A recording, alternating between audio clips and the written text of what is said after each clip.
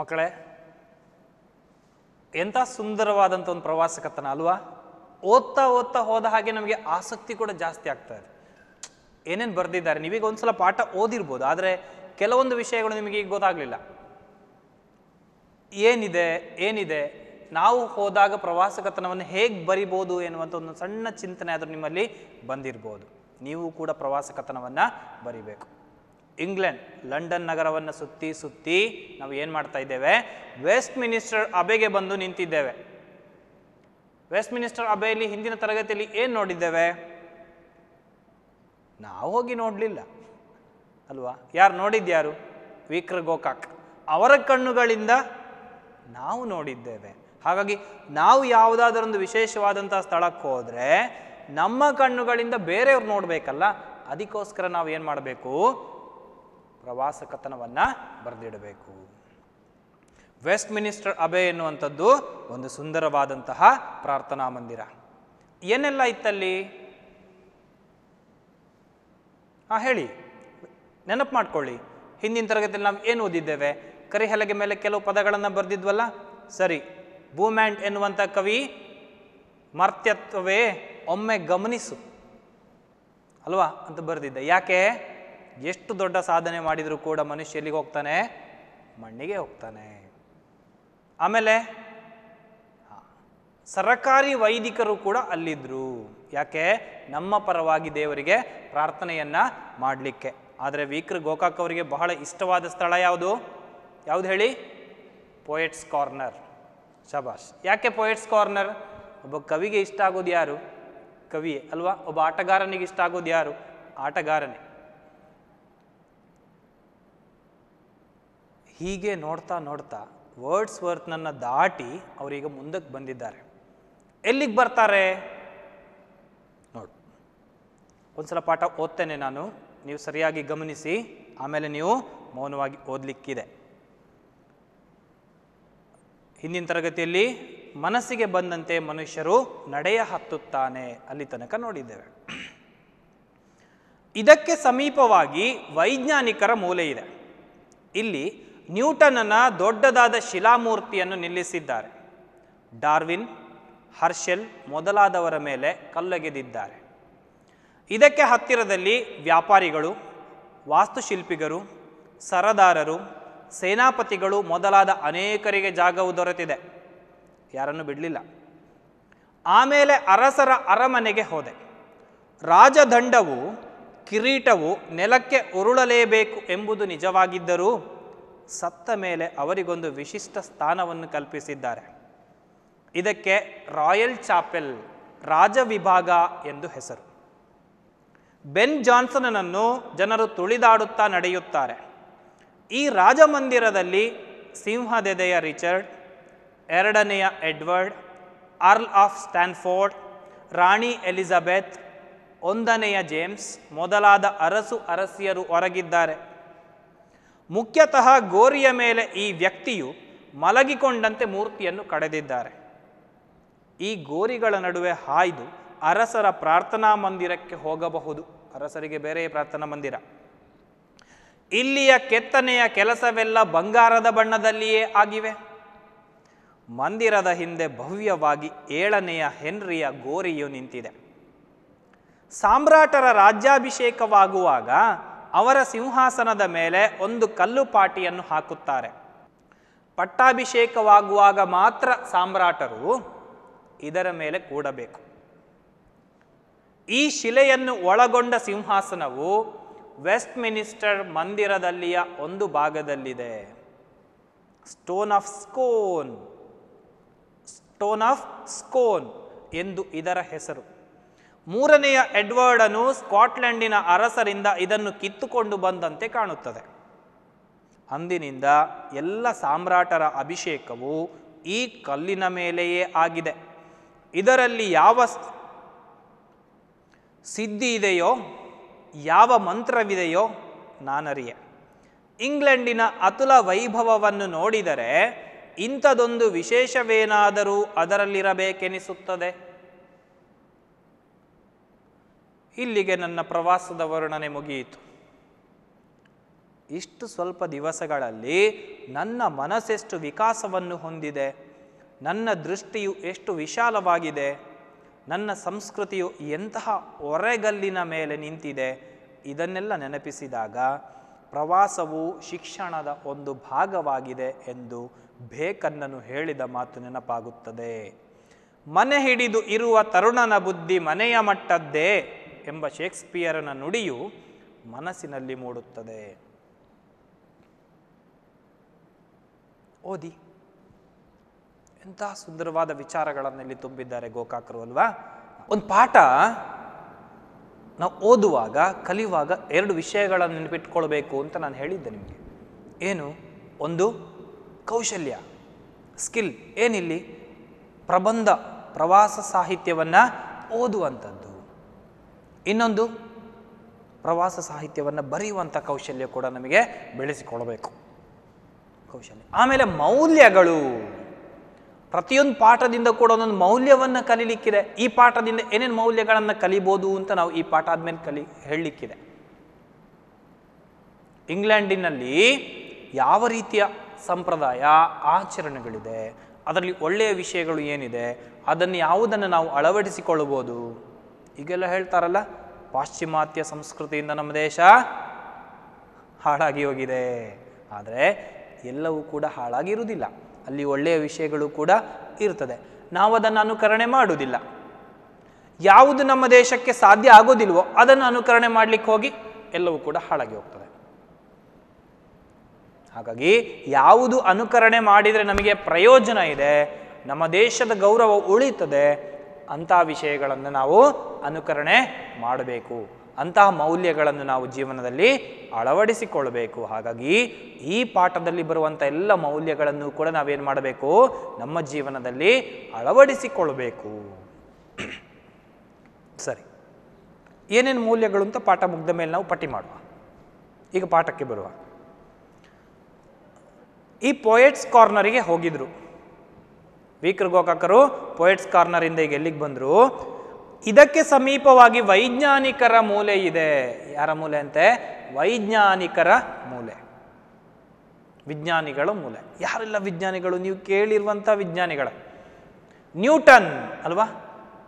ನ್ಯೂಟನ್ನ ಸಿದ್ಧಾಂತಗಳು ಗೊತ್ತಿದೆ ನಿಮಗೆ. ನ್ಯೂಟನ್ನ ದೊಡ್ಡದಾದ ಶಿಲಾಮೂರ್ತಿಯನ್ನು ನಿಲ್ಲಿಸಿದ್ದಾರೆ. ಪ್ರಪಂಚದ ವಿಜ್ಞಾನಿಗಳಲ್ಲಿ ಶ್ರೇಷ್ಠವಾದಂಥ ಹೆಸರು ಡಾರ್ವಿನ್ ಅಲ್ವಾ? ಡಾರ್ವಿನ್ನ ವಿಕಾಸವಾದ. ಹರ್ಷೆಲ್ ಒಬ್ಬ ಶ್ರೇಷ್ಠ ವಿಜ್ಞಾನಿ. ಮೊದಲಾದವರ ಮೇಲೆ ಕಲ್ಲೊಗೆದಿದ್ದಾರೆ.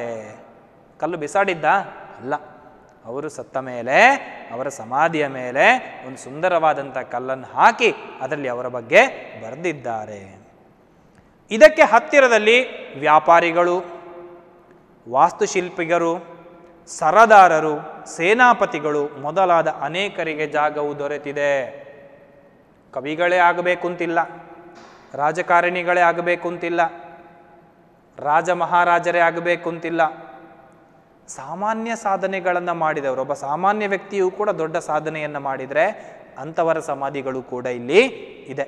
ಅದಕ್ಕೆ ಹೇಳಿದ್ದು 3300ಕ್ಕಿಂತಲೂ ಹೆಚ್ಚು ಸಮಾಧಿಗಳು ಎಲ್ಲಿದೆಯಂತೆ? ವೆಸ್ಟ್ ಮಿನಿಸ್ಟರ್ ಅಬೆಯ ಆವರಣದಲ್ಲಿ ಇದೆ. ಅದಾದ ಮೇಲೆ ಅರಸರ ಅರಮನೆಗೆ ಹೋದೆ. ಅವರೆಲ್ಲಿಗೆ ಹೋದರು? ಅರಸರ ಅರಮನೆಗೆ ಹೋದರು. ವೆಸ್ಟ್ ಮಿನಿಸ್ಟರ್ ಅಬೆಯಿಂದ ಅರಸರ ಅರಮನೆಗೆ ಹೋಗ್ತಾರೆ. ರಾಜದಂಡವು ಕಿರೀಟವು ನೆಲಕ್ಕೆ ಉರುಳಲೇಬೇಕು ಎಂಬುದು ನಿಜವಾಗಿದ್ದರೂ ಸತ್ತ ಮೇಲೆ ಅವರಿಗೊಂದು ವಿಶಿಷ್ಟವಾದ ಸ್ಥಾನವನ್ನು ಕಲ್ಪಿಸಿದ್ದಾರೆ. ಕೋಪ, ದ್ವೇಷ, ತಾಪಗಳೆಲ್ಲ ಮನುಷ್ಯ ಸಾಯುವ ತನಕ, ಆಮೇಲೆ ಇಲ್ಲ. ಇಲ್ಲಿಯೂ ಕೂಡ ಕ್ರೂರತ್ವ, ಕೆಲವು ರಾಜರುಗಳು ಕ್ರೂರಿಗಳಾಗಿರ್ಬೋದು ಅಲ್ವಾ? ಇನ್ನು ಕೆಲವು ರಾಜರುಗಳು ಪ್ರಜಾಪ್ರಭುತ್ವವನ್ನು ಪಾಲನೆ ಮಾಡುವವರಾಗಿರ್ಬೋದು. ಯಾರೇ ಆದರೂ ಕೂಡ ಸತ್ತ ಮೇಲೆ ಎಲ್ಲರೂ ಕೂಡ ಒಂದೇ. ಹಾಗಾಗಿ ರಾಜದಂಡ, ರಾಜನಿಗೆ ಪಟ್ಟಾಭಿಷೇಕ ಆಗುವಾಗ ರಾಜದಂಡವನ್ನು ಕೊಡ್ತಾರೆ. ಹಾಗೆ ಕಿರೀಟ, ಅದೆರಡೂ ಕೂಡ ನೆಲಕ್ಕೆ ಉರುಳಲೇಬೇಕು. ಯಾವ ಸಾಮ್ರಾಜ್ಯವೂ ಕೂಡ ಶಾಶ್ವತ ಅಲ್ಲ ಅಲ್ವಾ? ನಾವು ಇತಿಹಾಸ ಓದಿದ್ದೇವೆ. ಇತಿಹಾಸದಲ್ಲಿ ಎಷ್ಟು ಸಾಮ್ರಾಜ್ಯಗಳು ಉರುಳಿದೆ, ಎಷ್ಟು ಹೊಸ ಸಾಮ್ರಾಜ್ಯಗಳು ಮತ್ತೆ ಉದಯಿಸಿದೆ. ಹಾಗಾಗಿ ರಾಜದಂಡ ಒಂದು ಸಲ ಬೀಳ್ತದೆ, ಕಿರೀಟ ಒಂದು ಸಲ ಕೆಳಕ್ಕೆ ಉರುಳ್ತದೆ, ಮತ್ತೆ ಏನಾಗ್ತದೆ, ಅದು ಪುನಃ ಉದ್ಭವ ಆಗ್ತದೆ. ಆದರೆ ಸತ್ತ ಮೇಲೆ ಏನು ಮಾಡಿದಾರಂತೆ, ಆ ರಾಜ ಮಹಾರಾಜರಿಗೆ ಕೂಡ ವಿಶಿಷ್ಟವಾದಂಥ ಸ್ಥಾನವನ್ನು ಕಲ್ಪಿಸಿದ್ದಾರೆ. ಅದಕ್ಕೇನು ಅಂತ ಹೆಸರು, ರಾಯಲ್ ಚಾಪೆಲ್, ರಾಜ ವಿಭಾಗ ಅಂತ ಹೆಸರು. ಬೆನ್ ಜಾನ್ಸನನ್ನು ಜನರು ತುಳಿದಾಡುತ್ತಾ ನಡೆಯುತ್ತಾರೆ. ಇಲ್ಲಿ ಬೆನ್ ಜಾನ್ಸನ್ ಕೂಡ ಲೆಕ್ಕ ಇಲ್ಲ, ಸತ್ತ ಮೇಲೆ ಅವನನ್ನು ಕೂಡ ಜನ ಏನು ಮಾಡೋದು, ತುಳ್ಕೊಂಡು ನಡೆಯುವುದೇ. ಈ ರಾಜಮಂದಿರದಲ್ಲಿ ಸಿಂಹದೆದೆಯ ರಿಚರ್ಡ್ ಅಂದರೆ ಅಪಾರ ಸಾಮರ್ಥ್ಯವನ್ನು ಹೊಂದಿದ್ದವ ಅಂತ. ಸಿಂಹದೆದೆ ಅಂತ ಹೇಳಿದ್ರೆ ಸಿಂಹದ ಹಾಗೆ ಸಾಮರ್ಥ್ಯವನ್ನು ಹೊಂದಿದ್ದವ. ಎರಡನೆಯ ಎಡ್ವರ್ಡ್, ಅರ್ಲ್ ಆಫ್ ಸ್ಟ್ಯಾನ್ಫೋರ್ಡ್, ರಾಜರುಗಳೆಲ್ಲ, ರಾಣಿ ಎಲಿಜಬೆತ್, ಒಂದನೆಯ ಜೇಮ್ಸ್ ಮೊದಲಾದ ಅರಸು ಅರಸಿಯರು ಹೊರಗಿದ್ದಾರೆ. ನೀವು ಓದಿದ್ದೀರಿ ಅಲ್ವಾ ಇತಿಹಾಸದಲ್ಲಿ, ರಾಣಿ ಎಲಿಜಬೆತ್ ಅಲ್ವಾ, ರಾಣಿಯರ ಪ್ರಾಮುಖ್ಯತೆ ಏನು, ಹಾಗೆ ಅಲ್ಲಿನ ರಾಜವಂಶದ ಪ್ರಾಮುಖ್ಯತೆ ಏನು, ಲಂಡನ್ನಲ್ಲಿ ಅಥವಾ ಇಂಗ್ಲೆಂಡ್ನಲ್ಲಿ ರಾಜವಂಶಸ್ಥರ ಕೊಡುಗೆ ಏನು. ಒಂದನೆಯ ಜೇಮ್ಸ್ ಮೊದಲಾದ ಅರಸು ಅರಸಿಯರು ಹೊರಗಿದ್ದಾರೆ. ಮುಖ್ಯತಃ ಗೋರಿಯ ಮೇಲೆ ಆ ವ್ಯಕ್ತಿಯು ಮಲಗಿಕೊಂಡಂತೆ ಮೂರ್ತಿಯನ್ನು ಕಡೆದಿದ್ದಾರೆ. ರಾಜ ಮಹಾರಾಜರ ಗೋರಿಯ ಮೇಲೆ ಏನಿದೆಯಂತೆ, ಮೂರ್ತಿ ಇದೆ, ಅವರು ಮಲಗಿಕೊಂಡಂತೆ. ಯಾಕೆ, ಅವರಿಗೆ ಒಂದು ವಿಶೇಷವಾದಂತಹ ಗೌರವವನ್ನು ಕೊಟ್ಟಿದ್ದಾರೆ. ಈ ಗೋರಿಗಳ ನಡುವೆ ಹಾಯ್ದು ಅರಸರ ಪ್ರಾರ್ಥನಾ ಮಂದಿರಕ್ಕೆ ಹೋಗಬಹುದು. ಸಾಮಾನ್ಯ ಪ್ರಾರ್ಥನಾ ಮಂದಿರಕ್ಕೆ ಅರಸರು ಬರ್ತಾ ಇರಲಿಲ್ಲ, ಸಾಮಾನ್ಯ ಪ್ರಾರ್ಥನಾ ಮಂದಿರಕ್ಕೆ ಅವರು ಬರ್ತಾ ಇರಲಿಲ್ಲ. ಸಾಮಾನ್ಯ ಜನರು ಎಲ್ಲಿ ಪ್ರಾರ್ಥನಾಕ್ಕೆ ಮಂದಿರಕ್ಕೆ ಹೋಗ್ತಾ ಇದ್ರು, ಅಲ್ಲಿಗೆ ಅರಸರು ಬರ್ತಾರೆ. ಹಾಗಾದರೆ ಅವರಿಗೆ ಬೇರೆ ಪ್ರಾರ್ಥನೆ, ಇವರಿಗೆ ಬೇರೆ ಪ್ರಾರ್ಥನೆಯ ಅಲ್ಲ. ಅವರ ಗೌರವ, ಅವರ ಪ್ರತಿಷ್ಠೆ, ಅವರ ಭದ್ರತೆಯ ದೃಷ್ಟಿಯಿಂದ ಅವರಿಗೆ ವಿಶೇಷವಾದಂಥ ಪ್ರಾರ್ಥನಾ ಮಂದಿರ ಇತ್ತು. ಆ ವಿಶೇಷವಾದಂಥ ಪ್ರಾರ್ಥನಾ ಮಂದಿರಕ್ಕೆ ಹೋದರು. ಇಲ್ಲಿಯ ಕೆತ್ತನೆಯ ಕೆಲಸವೆಲ್ಲ ಬಂಗಾರದ ಬಣ್ಣದಲ್ಲಿಯೇ ಆಗಿದೆ. ಎಲ್ಲಿ ನೋಡಿದರೂ ಕೂಡ ಬಂಗಾರದ ಬಣ್ಣದಲ್ಲಿಯೇ ಕಾಣಿಸ್ತದೆ. ಅತ್ಯಂತ ವಿಶೇಷವಾದ ವಿಶಿಷ್ಟವಾದದ್ದು. ಇಲ್ಲಿಯ ಕೆತ್ತನೆಯ ಕೆಲಸವೆಲ್ಲ ಬಂಗಾರದ ಬಣ್ಣದಲ್ಲಿಯೇ ಆಗಿವೆ. ಮಂದಿರದ ಹಿಂದೆ ಭವ್ಯವಾಗಿ 7ನೆಯ ಹೆನ್ರಿಯ ಗೋರಿಯು ನಿಂತಿದೆ. ಪ್ರಾರ್ಥನಾ ಮಂದಿರದ ಹಿಂದೆ 7ನೆಯ ಹೆನ್ರಿ ಅಲ್ವಾ, ಟಿಪ್ಪಣಿಯಲ್ಲಿದೆ ಇವರ ಬಗ್ಗೆ ವಿಶೇಷವಾದಂತಹ ಮಾಹಿತಿ. ಈ 7ನೇ ಹೆನ್ರಿಯ ಬಗ್ಗೆ ವಿಶೇಷವಾದಂತಹ ಅಲ್ವಾ, ಮಹಾಯುದ್ಧದ ಸಂದರ್ಭದಲ್ಲಿ ಈತ ಮಾಡಿದಂತಹ ಸಾಧನೆಗಳ ಬಗ್ಗೆ ಇರುವ. ಮಂದಿರದ ಹಿಂದೆ ಭವ್ಯವಾಗಿ 7ನೆಯ ಹೆನ್ರಿಯ, ಬ್ರಿಟನ್ನ ಒಬ್ಬ ಪ್ರಸಿದ್ಧ ರಾಜ, ಈತನ ಬಗ್ಗೆ ಅಲ್ವಾ ಇತಿಹಾಸವು ಕೂಡ ಬಹಳ ಶ್ರೇಷ್ಠವಾಗಿ ವರ್ಣನೆಯನ್ನ ಮಾಡಿದೆ. ಅವನ ಗೋರಿ ಎಲ್ಲಿದೆಯಂತೆ, ಈ ಪ್ರಾರ್ಥನಾ ಮಂದಿರದ ಹಿಂದೆ ಇದೆ. ಸಾಮ್ರಾಟರ ರಾಜ್ಯಾಭಿಷೇಕವಾಗುವಾಗ ಅವರ ಸಿಂಹಾಸನದ ಮೇಲೆ ಒಂದು ಕಲ್ಲು ಪಾಟಿಯನ್ನು ಹಾಕುತ್ತಾರೆ. ಒಂದು ಕಲ್ಲಿನ ಪಾಟಿ, ಕಲ್ಲಿನ ಶಿಲೆ, ಶಿಲೆ ಅಂದರೆ ಕಲ್ಲು ಅಂದರೆ ಒಂದು ಉದ್ದನೆಯ ಶಿಲೆಯನ್ನು ಹಾಕ್ತಾರೆ. ಯಾಕೆ, ಆ ಶಿಲೆಯ ಮೇಲೆಯೇ ಕುಳಿತು ಪಟ್ಟಾಭಿಷೇಕ ಆಗಬೇಕು ಅಂತ. ಪಟ್ಟಾಭಿಷೇಕವಾಗುವಾಗ ಮಾತ್ರ ಸಾಮ್ರಾಟರು ಇದರ ಮೇಲೆ ಕೂಡಬೇಕು. ಅತ್ಯಂತ ವಿಶೇಷವಾದಂಥ ಶಿಲೆ.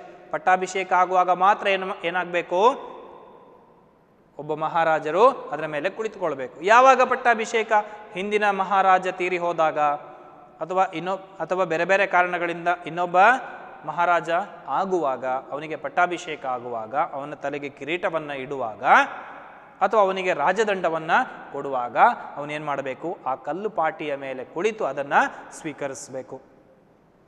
ಈ ಶಿಲೆಯನ್ನು ಒಳಗೊಂಡ ಸಿಂಹಾಸನವು ವೆಸ್ಟ್ ಮಿನಿಸ್ಟರ್ ಮಂದಿರದಲ್ಲಿಯ ಒಂದು ಭಾಗದಲ್ಲಿದೆ. ಈ ಕಲ್ಲು ಪಾಟಿಯೂ ಕೂಡ ಎಲ್ಲಿದೆ, ವೆಸ್ಟ್ ಮಿನಿಸ್ಟರ್ ಅಬೆಯಲ್ಲಿದೆ. ಹಾಗಾಗಿ ಮಹಾರಾಜನಾದವನು ಎಲ್ಲಿಗೆ ಬರಬೇಕು, ಮೊದಲು ಪಟ್ಟಾಭಿಷೇಕಕ್ಕೆ ವೆಸ್ಟ್ ಮಿನಿಸ್ಟರ್ ಅಬೆಗೆ ಬರಬೇಕು. ನಾವಿನ್ನು ವೆಸ್ಟ್ ಮಿನಿಸ್ಟರ್ ಅಬೆಯಿಂದ ಹೊರಗಡೆ ಹೋಗಲಿಲ್ಲ. ರಾಜ ಮಹಾರಾಜರು ಕೂಡ ಮೊದಲಿಗೆ ಏನು ಮಾಡಬೇಕು, ವೆಸ್ಟ್ ಮಿನಿಸ್ಟರ್ ಅಬೆಗೆ ಬರಬೇಕು. ಅದೆಲ್ಲಿದೆ, ವೆಸ್ಟ್ ಮಿನಿಸ್ಟರ್ ಅಬೆಯ ಒಂದು ಭಾಗದಲ್ಲಿ ಆ ಕಲ್ಲು ಪಾಟಿ ಇದೆ. ಅದನ್ನು ಏನು ಅಂತ ಕರೀತಾರಂತೆ, ಸ್ಟೋನ್ ಆಫ್ ಸ್ಕೋನ್ ಅಲ್ವಾ. ಪಟ್ಟಾಭಿಷೇಕ ಆಗುವಾಗ ಉಪಯೋಗ ಆಗುವಂಥ ಒಂದು ಕಲ್ಲು, ಅದನ್ನು ಸ್ಟೋನ್ ಕಲ್ಲು, ಸ್ಟೋನ್ ಆಫ್ ಸ್ಕೋನ್, ಒಂದು ಪ್ರತಿಷ್ಠೆಯ ಪ್ರತೀಕವಾಗಿ ಆ ಕಲ್ಲನ್ನು ಯಾವತ್ತೂ ಕೂಡ ಅವರು ತೆಗೆದುಕೊಂಡಿದ್ದಾರೆ. ಬಹುಶಃ ಲೇಖಕರು ಹೇಳ್ತಾರೆ, ಇದನ್ನು 3ನೇ ಎಡ್ವರ್ಡನು ಸ್ಕಾಟ್ಲೆಂಡಿನ ಅರಸರಿಂದ ಕಿತ್ತುಕೊಂಡು ಬಂದ. 3ನೇ ಎಡ್ವರ್ಡ್ ಏನು ಮಾಡ್ತಾನೆ, ಸ್ಕಾಟ್ಲೆಂಡ್ನಿಂದ ಯುದ್ಧ ಆಗಿ ಜಯಗಳಿಸಿ ಹಿಂದಕ್ಕೆ ಬರುವಾಗ ಆ ಕಲ್ಲನ್ನು, ಆ ಶಿಲೆಯನ್ನು, ಅಪರೂಪದ ಶಿಲೆಯನ್ನು ಅಲ್ಲಿಂದ ತಗೊಂಡು ಬಂದಿದ್ದಾನೆ. ನಾವು ಓದಿದ್ದೇವಲ್ವಾ ಎಷ್ಟೋ ಕಡೆಗಳಲ್ಲಿ ಭಾರತದಿಂದ ಕೂಡ ಅತ್ಯಂತ ಅಪರೂಪದ ವಸ್ತುಗಳನ್ನು ಇಲ್ಲಿಗೆ ಇಂಗ್ಲೆಂಡಿಗೆ ತಗೊಂಡು ಹೋಗಿದ್ದಾರೆ. ಅಲ್ಲಿನ ವಸ್ತು ಸಂಗ್ರಹಾಲಯಗಳಲ್ಲಿ ನಾವು ಅವುಗಳನ್ನು ಕಾಣಬಹುದು. ಅಂದಿನಿಂದ ಎಲ್ಲ ಸಾಮ್ರಾಟರ ಅಭಿಷೇಕವು ಈ ಕಲ್ಲಿನ ಮೇಲೆಯೇ ಆಗಿದೆ. ಎಲ್ಲ ಸಾಮ್ರಾಟರ ಅಭಿಷೇಕ ಏನಾಗಿದೆ, ಯಾವಾಗ 3ನೇ ಎಡ್ವರ್ಡ್ ಸ್ಕಾಟ್ಲೆಂಡ್ನಿಂದ ಈ ಕಲ್ಲನ್ನು ತಂದೋ ಅದರ ನಂತರ ಪಟ್ಟಾಭಿಷೇಕ ಆಗುವುದೆಲ್ಲ ಎಲ್ಲಿ, ವೆಸ್ಟ್ ಮಿನಿಸ್ಟರ್ ಅಬೆಯಲ್ಲಿ. ವೆಸ್ಟ್ ಮಿನಿಸ್ಟರ್ ಅಬೆಯಲ್ಲಿ ಅಲ್ಲಿ ಒಂದು ಇಟ್ಟಿರುವಂತಹ ಕಲ್ಲಿನ ಮೇಲೆ. ಅದರಲ್ಲಿ ಯಾವ ಸಿದ್ಧಿ ಇದೆಯೋ, ಸಿದ್ಧಿ ಮಹಿಮೆ, ಅದಕ್ಕೆ ವಿಶೇಷವಾದ ಶಕ್ತಿ. ಕಲ್ಲಿಗೇನಾದರೂ ವಿಶೇಷವಾದ ಶಕ್ತಿ ಇರ್ಬೋದಾ? ಗೊತ್ತಿಲ್ಲ. ಯಾವ ಮಂತ್ರವಿದೆಯೋ ವಿಶೇಷವಾದಂತಹ ಶಕ್ತಿ, ನಾನರಿಯೆ, ನನಗೆ ಗೊತ್ತಿಲ್ಲ. ಇಂಗ್ಲೆಂಡಿನ ಅತುಲ ವೈಭವವನ್ನು ನೋಡಿದರೆ ಇಂಥದೊಂದು ವಿಶೇಷವೇನಾದರೂ ಅದರಲ್ಲಿ ಇರಬೇಕೆನಿಸುತ್ತದೆ. ಇಂಗ್ಲೆಂಡ್ ಸಾಗಿ ಬಂದ ದಾರಿಯನ್ನು ನೋಡಿದರೆ, ಆಂಗ್ಲರು ಸಾಗಿ ಬಂದಂತಹ ದಾರಿಯನ್ನು ನೋಡಿದರೆ, ಬಹಳ ಸಣ್ಣ ದೇಶವಾಗಿದ್ದಂತಹ ಇಂಗ್ಲೆಂಡ್ ಪ್ರಪಂಚದ ಎಲ್ಲ ದೇಶಗಳನ್ನು ಕೂಡ ತನ್ನ ಕೈ ಕೆಳಗೆ ತಂದಂತಹ ಒಂದು ರೀತಿಯನ್ನು ನೋಡಿದರೆ ಆ ಕಲ್ಲಿಗೆ ಏನೋ ವಿಶೇಷವಾದ ಸಾಮರ್ಥ್ಯ ಇರಬೇಕು ಅಂತ ವಿ.ಕೃ. ಗೋಕಾಕ್ ಅವರು ಭಾವಿಸ್ತಾರೆ. ಯಾಕೆ ಭಾವಿಸ್ತಾರೆ? ಅವರು ಅಂತಹ ಸಾಧನೆಗಳನ್ನು ಮಾಡಿದ್ದಾರೆ.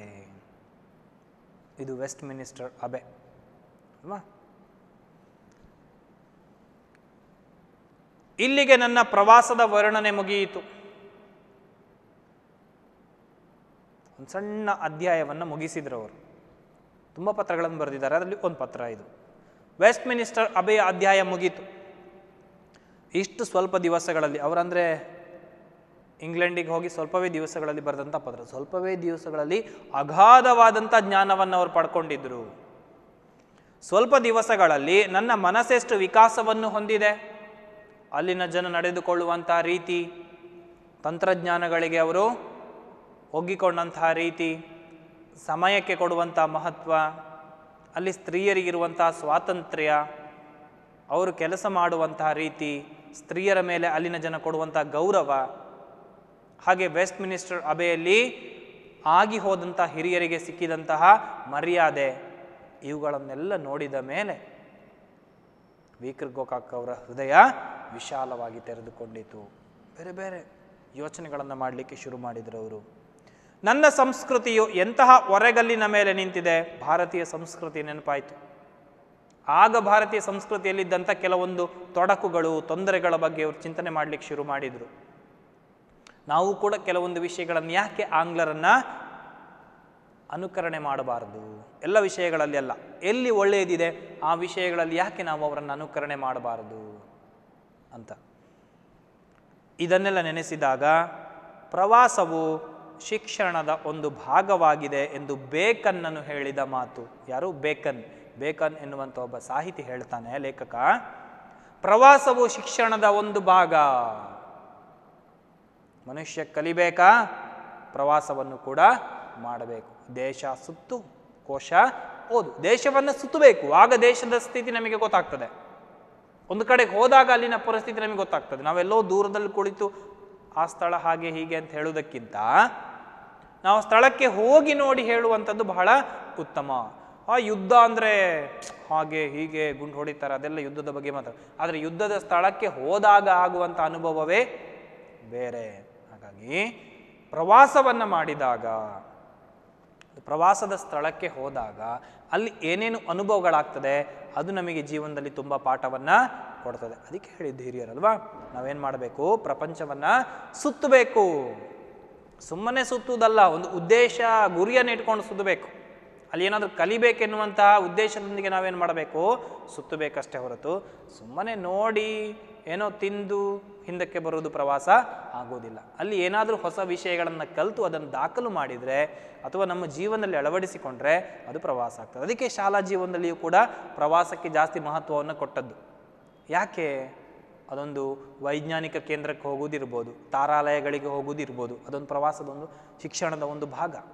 ಅಥವಾ ಶ್ರೇಷ್ಠವಾದಂತಹ ವಾಸ್ತುಶಿಲ್ಪ ಇರುವಂಥ ಬೇಲೂರು, ಹಳೆಬೀಡು, ಹಂಪಿಗಳಿಗೆ ಹೋಗುವುದಿರ್ಬೋದು, ಅದು ಕೂಡ ಶಿಕ್ಷಣದ ಒಂದು ಭಾಗ. ಅಥವಾ ಒಂದು ದೊಡ್ಡ ಕೃಷಿ ಪ್ರದೇಶಕ್ಕೆ ಹೋಗುವುದಿರ್ಬೋದು, ಅದು ಕೂಡ ಶಿಕ್ಷಣದ ಒಂದು ಭಾಗ. ಕೆಲವಂ ಬಲ್ಲವರಿಂದ ಕಲ್ತು ಕೆಲವಂ ಶಾಸ್ತ್ರಂಗಳಂ ಕೇಳುತ್ತಂ ಅಲ್ವಾ, ಕೆಲವಂ ಮಾಳ್ಪವರಂ ಕಂಡು ಕೆಲವಂ ಸುಜ್ಞಾನದಿಂದಲರಿಯಲ್ ಸರ್ವಜ್ಞನಪ್ಪಂ ನರಂ. ಕೆಲವನ್ನೇನು ಮಾಡಬೇಕಂತೆ? ತಿಳಿದವರಿಂದ ಕಲಿಬೇಕು. ಹೀಗೆ ಕೆಲವನ್ನ ಶಾಸ್ತ್ರಗಳಿಂದ ಕಲಿಬೇಕು ಅಲ್ವಾ, ಶಾಸ್ತ್ರಗಳು ಬೇಕು ನಮಗೆ, ಪುಸ್ತಕಗಳಿಂದ ಓದಬೇಕು.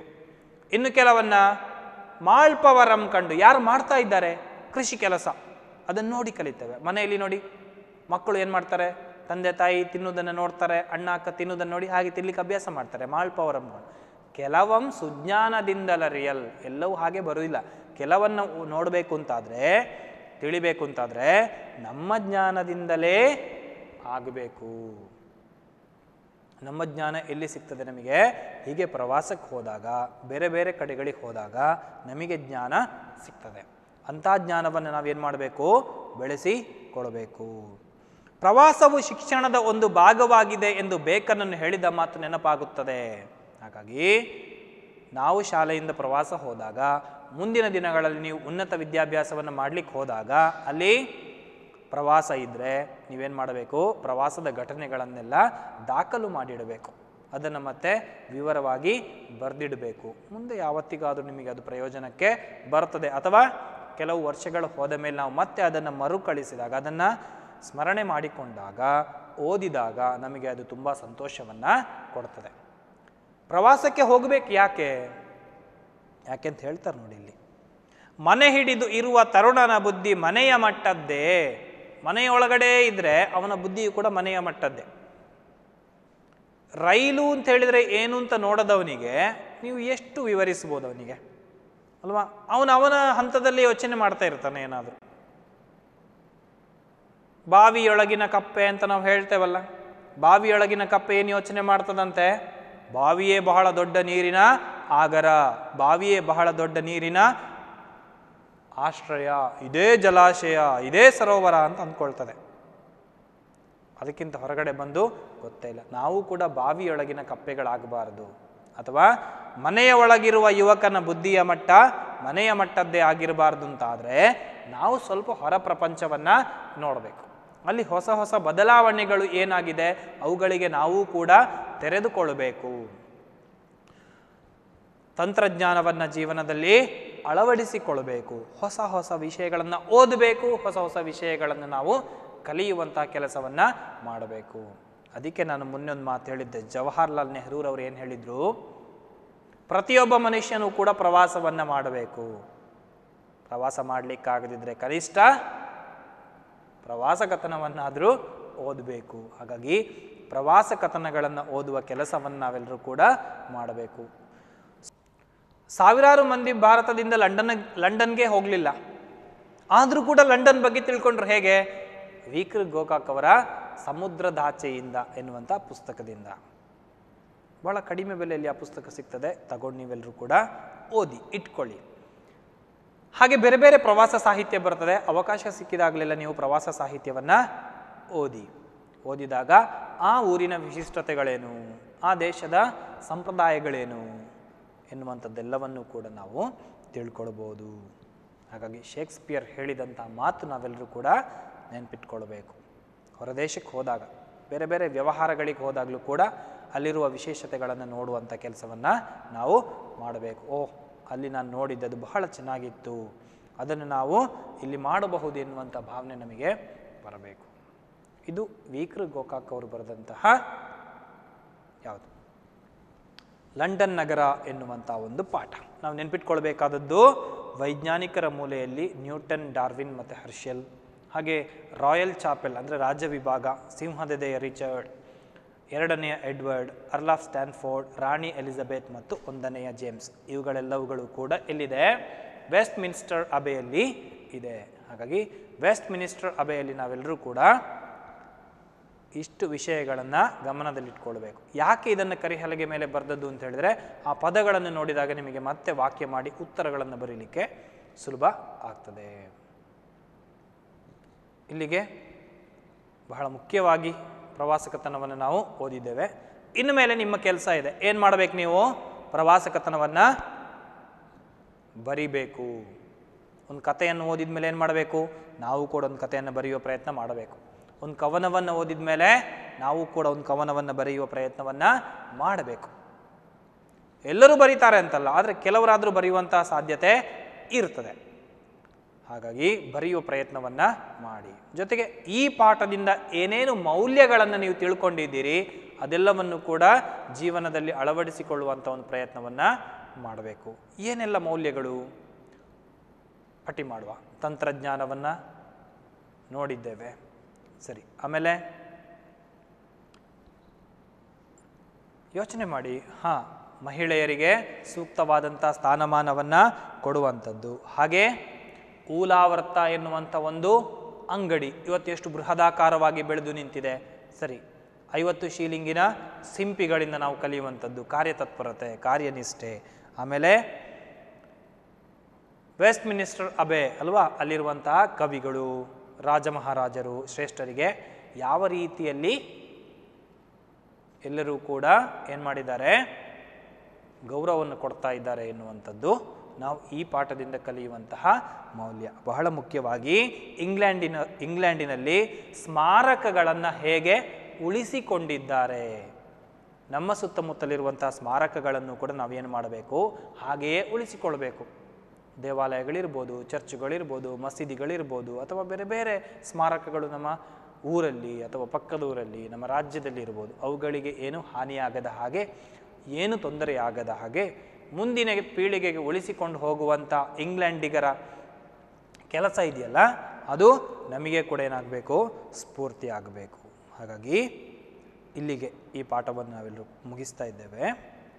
ಈ ಪಾಠದ ಅಭ್ಯಾಸ ಮತ್ತು ಈ ಪಾಠದಿಂದ ಇನ್ನೇನು ಚಟುವಟಿಕೆಗಳನ್ನು ಮಾಡಬಹುದು ಮತ್ತು ಈ ಪಾಠ ಭಾಗಕ್ಕೆ ಸಂಬಂಧಪಟ್ಟಂಥ ವ್ಯಾಕರಣಗಳು ಏನು ಅಂತ ನಾವು ಮುಂದಿನ ತರಗತಿಯಲ್ಲಿ ನೋಡೋಣ.